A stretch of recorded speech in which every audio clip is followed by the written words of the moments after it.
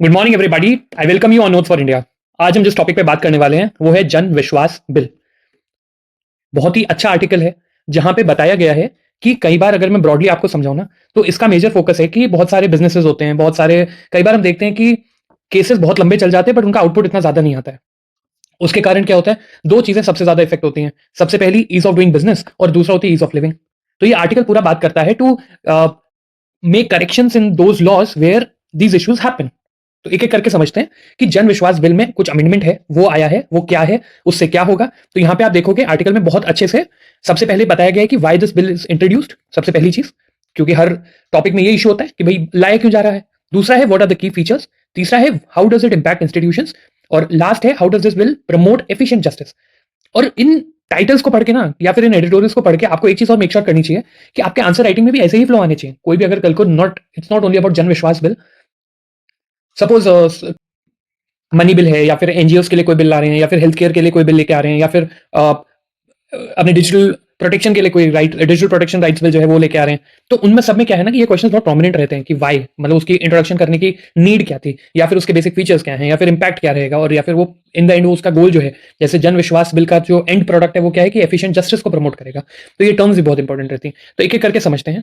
अब देखिए line starting से ही बहुत ही इंपैक्टफुल लाइंस है। Unnecessary criminalisation is an anathema to business regulations. India's regulatory framework has significant punitive aspects. तो ये बात कर रहे हैं कि अननेसेसरी जो बर्डन रहता है ना क्रिमिनलाइजेशन का या फिर जो भी अपने बिल्स हैं उनके अंदर जो क्या कहते हैं उनको क्लॉजेस होते हैं, उसके कारण क्या होता है बहुत ज्यादा बिजनेस इफेक्ट होता है। तो इसीलिए क्या होता है कि जो भी इन्वेस्टर होता है वो बहुत बार सोचता है कि whether should I invest in this country और not, whether should I invest in this state और नॉट। ठीक है। तो हुआ क्या कि जन विश्वास, तो ये यहाँ पे मैंने लिखा है, आपको देख सकते हो मेन ऑब्जेक्टिव। और मेन ऑब्जेक्टिव क्या है, परसेप्शन चेंज करना है। कैसे होगा वो अमेंडमेंट में बात करिए। Jan Vishwas Bill, that is Amendment of Provisions 2025-26, seeks to shift India's regulatory approach from punitive model to trust-based governance. Trust-based governance.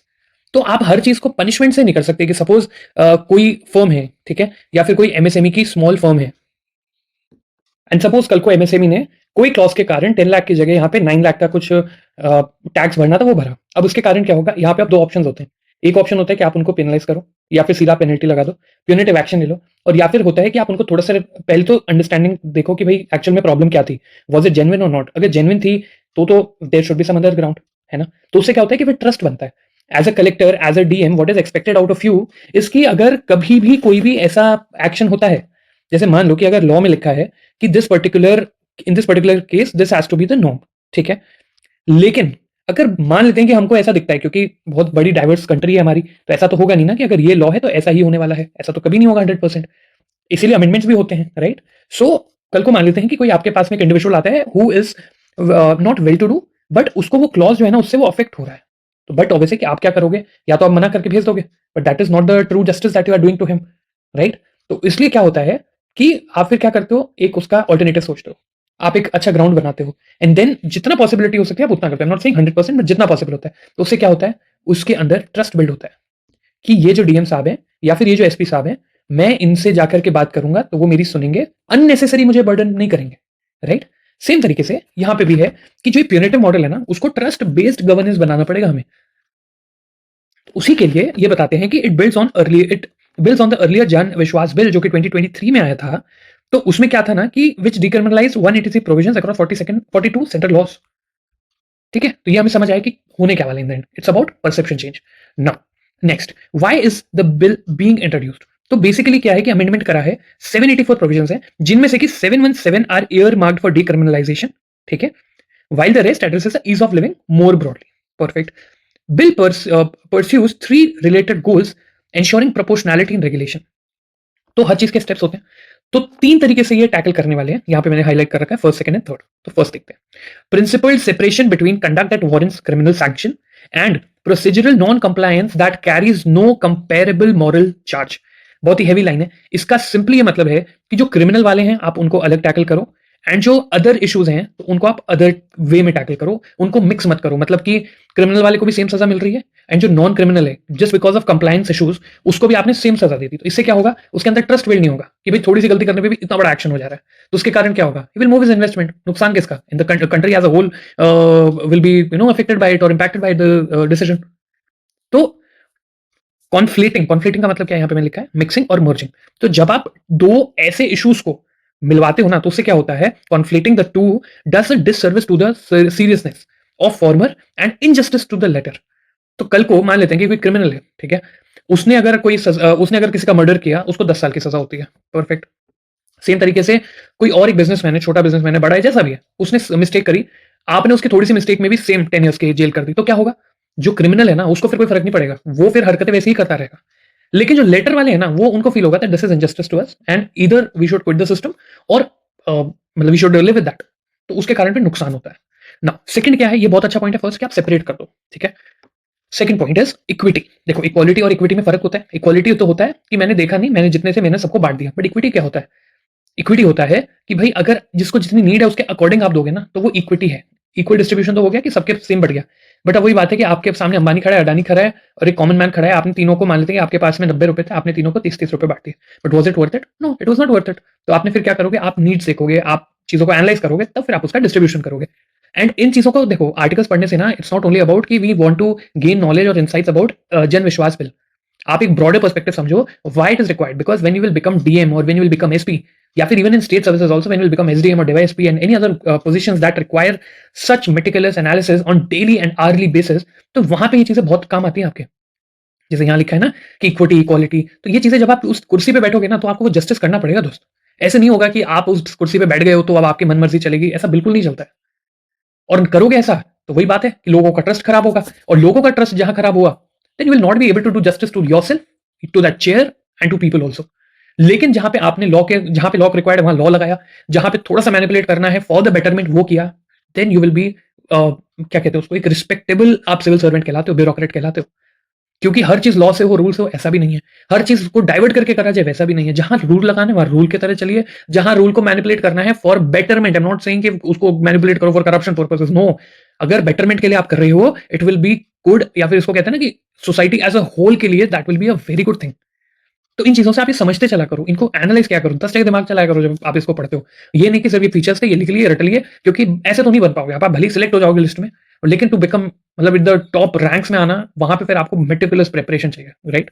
Now second क्या है, इक्विटी है, जो अपन बात कर रहे थे कि स्मॉलर एंटरप्राइजेस हैं या फिर एमएसएमईज हैं, तो because they lack capacity to absorb the consequences when accused of doing so. तो ये क्या कहते हैं कि एमएसएमईज जो होते हैं ना, छोटे वाले, वो डिस्प्रोपोर्शनेटली एक्सपोज हो जाते हैं टू कंप्लायंस रिस्क। क्यों हो जाते हैं? ऐसा नहीं कि वो वॉयलेट करना चाहते हैं, ऐसा है कि उनमें कैपेसिटी ही नहीं है टू एब्जॉर्व द कॉन्सिक्वेंसेज। मान लो अब हम अंबानी जी हैं, ठीक है, अब अंबानी जी के मान लेते हैं कि आपने एक फैक्ट्री पे छापा मारा, वो फैक्ट्री आपने बंद कर दी, तो उनको ज्यादा फर्क नहीं पड़ेगा, बिकॉज उनका टर्नओवर, प्रॉफिट वो अलग लेवल पे है, राइट। लेकिन अगर मान लेते हैं कि कोई एक छोटा सा एमएसएमई बिजनेस है, लघु उद्योग है, उसको आपने क्या करा, आपने जाकर के सीधा जी चलो जी इसको सील करो, इसकी फैक्ट्री बंद करो, इसका मैन्युफैक्चरिंग रोक दो, एक्सपोर्ट रोक दो, इंपोर्ट रोक दो, वॉट एवर इट इज, ठीक है, आपने रोक दिया जी। उसके पास इकलौता वही साधन था, वही आपने बंद कर दिया, उसके कारण क्या होगा, उसके कारण, और प्लस उसमें कैपेसिटी नहीं है ना। अब आपने कंसिक्वेंसेस तो कर दिए, आपने आके तड़ी में जाके वो कर दिया बंद की, चलो जी ठीक है इसको तो बंद करेंगे हम। बट पॉइंट ये है कि जब आप उस एमएसएमई पर्सपेक्टिव के पर्सन से सोचोगे, क्योंकि परचून की दुकान है, आपने बंद करवा दी, उसकी कैपेसिटी नहीं है ना उससे निकलने की। कैपेसिटी कैसे होगी? कैपेसिटी होती है when you have capital, when you have fund. तो जब आपके पास में फंड होगा, मान लो कि अब किसी के पास में 10 करोड़ पड़ा है पहले से ही, आपने उसके अगर 1 करोड़ ले भी लिए, तो भाई वो कुछ और जगह लगा करके he will be able to manage his lifestyle. But basic amenities के लिए फाइट करना, वो दिक्कत है ज्यादा, है ना। तो इसीलिए फिर इसमें कॉन्सेप्ट आता है सोशल कैपिटल का, वो भी हम समझेंगे कभी, उस पर कोई बस बहुत ही अच्छा आर्टिकल है तो उसको समझाऊंगा मैं आपको। तो यहाँ पे क्या कहना चाह रहे हैं कि वो फालतू में एक्सपोज हो जाते हैं, ठीक है, क्यों? क्योंकि उनमें कैपेसिटी नहीं है उसको झेलने की, कंसिक्वेंसेस को जानबूझ के नहीं करना चाहते हो, ठीक है। The idea is to make compliance simpler, ठीक है। और लास्ट चीज क्या है, प्रोवाइड इंस्टीट्यूशनल रिलीफ। क्यों? क्योंकि भैया 4.8 करोड़ केसेस चल रहे हैं, ठीक है, ये हमें पता है जुडिशरी में। अब आप उसका डिस्ट्रीब्यूशन आप जाके देखना, क्योंकि जीएस में बहुत इंपॉर्टेंट है कि भाई सुप्रीम कोर्ट में कितने, हाई कोर्ट में कितने, लोअर जुडिशरी में कितने, राइट। तो a significant share of which consist of minor regulatory matters. अब छोटे मोटे केसेस हैं, उसके कारण इतने सारे केसेस हो रखे हैं। सपोज आप अगर उनको हटा दो, तो मेजर केसेस पे फोकस होगा, वहां पे जल्दी के जल्दी सोल्यूशन आएंगे, तो उससे जल्दी फायदा होगा कंट्री एज अ होल को। आपने हर छोटी चीज के लिए कोर्ट में जा रखे हो, तो उसका मतलब क्या होता है कि आपको इंस्टीट्यूशनल रिलीफ देना पड़ेगा। Decriminalizing such cases is not leniency but rational reallocation of judicial resources. Lenient नहीं होना है आपको। देखो यार, जब आप बनोगे ना सिविल सर्वेंट, या फिर जब आप उस डीएम की कुर्सी पे बैठोगे, I have met many bureaucrats, civil servants who are serving, तो वो यही बताते हैं कि बॉस ऐसा होता है कि आपको बहुत ही जुडिशियसली अपना काम करना पड़ता है। क्यों? क्योंकि आम जनता के लिए आप हो मसीहा, कि आप ही उनकी प्रॉब्लम सॉल्व कर पाओगे। For politicians, I can't comment on that, it can be some other thing also, right?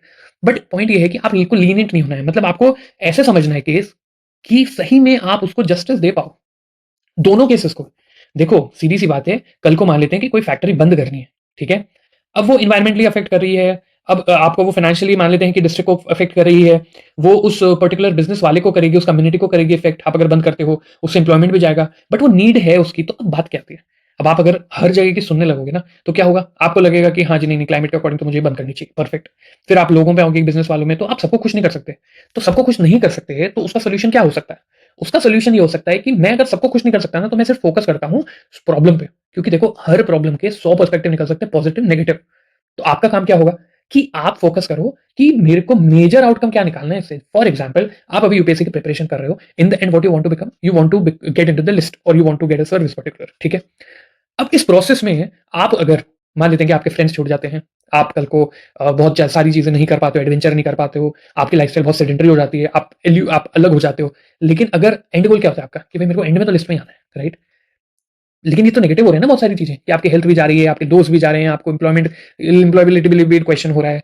लेकिन एंड गोल क्या है, राइट? तो हमेशा एंड गोल हमें पता होना चाहिए। अगर उस फैक्ट्री का पर्पस फुलफिल नहीं हो रहा है, या फिर अगर उस फैक्ट्री का पर्पस फुलफिल हो रहा है, तो फिर चाहे एनवायरमेंट को अफेक्ट होगा, तो हम उसको कंपनसेट करने की कोशिश करेंगे, रादर देन कि हाँ ठीक है, भाड़ में जाने दो एनवायरमेंट। ऐसा नहीं होता है ना?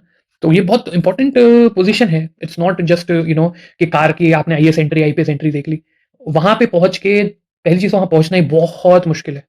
जो प्रिपरेशन कर रहे होंगे they can relate it totally with that. इसीलिए प्रोसेस इतना बनाया है स्ट्रिंजेंट कि आप वही लोग आए जो सही में डिजर्व करते हैं। I am not saying that nobody who is मतलब everybody who is there is deserving, या फिर everybody who was not able to clear is not deserving, no. But point ये है that you have to align your knowledge in a way कि आपकी हर चीज perfect हो, तभी आप इतनी चीजें हैंडल प्रेशर कर पाओगे। क्योंकि वहां पे it's not only about you और your position DM, no, it is about everything. Politics भी आपके पीछे है, आपके पीछे कॉमन मैन भी है, आपकी फैमिली है, बहुत चीजें मैटर करती हैं भाई। तभी मैं बोलता हूँ कि मत ध्यान दो अभी बाकी की चीजों में, अभी बस अपने को तपाओ। तपाना क्यों है? क्योंकि आगे जाकर के आपकी यही लाइफस्टाइल बन जाएगी। अब कभी फौजी जो है वो जब ट्रेनिंग करता है 3 साल 4 साल, पतला एकदम काला एकदम अजीब सा हो जाता है, तो हम क्या ये बोलते हैं कि नहीं जी ये क्या है, कि ये तो गलत हो रहा है, ये तो ह्यूमैनिटी के खिलाफ है, ट्रेनिंग ऐसा कचरे में जाना ये करना। नो भाई, वो रिक्वायरमेंट है, तभी जाके हमारा देश सेफ रहता है, तभी जाके हमारे कमांडोज एकदम परफेक्टली प्रैक्टिस मतलब परफेक्टली एग्जीक्यूट कर पाते हैं ऑपरेशन को। आप अपने स्पेशल फोर्सेस को देखो, जितने भी बैटल्स में, राइट? सेम ये करना है, तो आपको अपनी मसल मेमोरी में इतनी चीजें लेके आनी है ना कि आप हार्डवर्क भी करना जानते हो एंड आप नॉलेज से भी गेम खेलते हो। आगे चलते हैं। तो हमने देखा कि 3 फीचर इन्होंने फोकस करे हैं। पहला कि भैया हम सेपरेट कर देंगे, यहाँ पे ये लिखा हुआ है। दूसरा, हम अननेसेसरी कंप्लायंस को खत्म करने की कोशिश करेंगे। और तीसरा, हम मेक श्योर करेंगे कि केसेस को कम कर सके। तो बट ऑब्वियसली उसके रिलेटेड फीचर्स लाने पड़ेंगे। फीचर्स क्या क्या लेके आए हैं? Removing the criminal liability clause for minor procedural lapse and improving ease of doing business. वही बात कि आप क्रिमिनल वाले को अलग करोगे तो उसको हटाओगे भी, राइट? पहले तो आपने सेग्रीगेट किया, अब सेग्रीगेट करके उसको करना क्या है? उसको करना ये है कि हम उसको लाइबिलिटी क्लॉज को हटा देंगे, ठीक है? छोटी मोटी जगह जहां पे भी वो लग रहा होगा। नाउ नेक्स्ट क्या है? इंप्रूव उससे but obviously ease of doing business improve होगी, लोगों का इंटरेस्ट जाएगा, इन्वेस्टर इंक्रीज होगा। अब इन्वेस्टमेंट इंक्रीज होगा तो बट ऑब्वियसली कैपिटल इंक्रीज होगा, कैपिटल इंक्रीज होगा तो हम फिर प्रोपेंसिटी टू कंज्यूम वगैरह पे हम फोकस कर पाएंगे, हमारे फिस्कल डेफिसिट इंप्रूव होंगे, हमारा इन्फ्लेशन वगैरह सब चीजें कंट्रोल में आने लगेंगे, एक्सपोर्ट बढ़ेगा, इंपोर्ट घटेगा, जो भी है। Now, its central mechanism is the replacement of criminal penalties with civil and administrative alternatives. तो उनको अलग करो, ठीक है? For minor or the first time defaulters warnings होनी चाहिए. Compounding provisions are expanded to provide faster resolution without full adjudication. Perfect है, ठीक है? आगे चलते हैं। So adjudicating officers are empowered to decide cases on defined timeline with appellate mechanism to ensure fairness. एक तो टाइमली करना है, तो यानी कि यहाँ पे 2 चीजें मेक श्योर करनी है, एक तो टाइम प्लस जस्टिस या फिर फेयरनेस कह लो आप। ऐसा नहीं होना चाहिए कि हड़बड़ी में हमने कुछ भी डिसीजन दे दिया और फिर वहां पे वो जाके अपील ही नहीं कर पा रहे। तो यहाँ लिखा है ना अपीलेट, तो अपीलेट मतलब कि उसके लिए कुछ मैं अपील करता हूँ। Penalties periodically revise to retain their deterrent value, bill emphasis, digitisation and procedural simplification. In short जैसे भी हो सकता है हम मेक श्योर करेंगे। देखो अभी भी ऐसा नहीं है कि ये परफेक्ट बिल बन जाएगा, प्रॉब्लम्स अभी भी आएंगी, लेकिन बात यह है कि जो अभी दिख रही है फेस वाले पे उसको कम करो और जो बैक एंड पे है उसको थोड़ा सा एडजस्ट करना स्टार्ट करो। क्यों? क्योंकि कई बार परसेप्शन चेंज में थोड़ा टाइम लग जाता है। आपने बिल में ला दिया, आपने सब कुछ कर दिया, बट जो वहां पे इंप्लीमेंटिंग, क्योंकि बिल तो बना दिया आपने, बट वहां पे इंप्लीमेंटिंग जो भी अथॉरिटी बैठी है उसको तो पता होना चाहिए ना कि मेरे को भी चेंजेस लाने हैं। ये लॉ में तो चलो ठीक है, आपने 10 दिन का 5 दिन कर दिया या 5 दिन का 15 दिन बढ़ा दिया, लेकिन जब उसकी ही नियत खराब है तो उसमें क्या है कि वो फिर थोड़े आपको मॉरल सुएशन ऐसे वाले स्टेप्स भी लेने पड़ते हैं। तो कभी भी कोई भी बिल परफेक्ट क्यों नहीं हो पाता या कभी हो भी नहीं सकता है? क्यों? क्योंकि एक तो है उसका इंप्लीमेंटेशन, एक है उसकी इंप्लीमेंटेशन करने वाली बॉडी या अथॉरिटी या इंडिविजुअल, राइट? तो वहां पे कैसा एनवायरनमेंट है वो भी आपको मेक श्योर ही करना है। तो इसीलिए कहा जाता है कि कोई भी चीज को ना 2-3 तरीके से टैकल करो। एक तो ये कि जो रियल आउटकम आएगा ही आएगा, जैसे कि आपका यूपीएससी में क्लियर होना, वो लिस्ट में आना, वो तो एक मेन आउटकम है, बड़ा आउटकम है।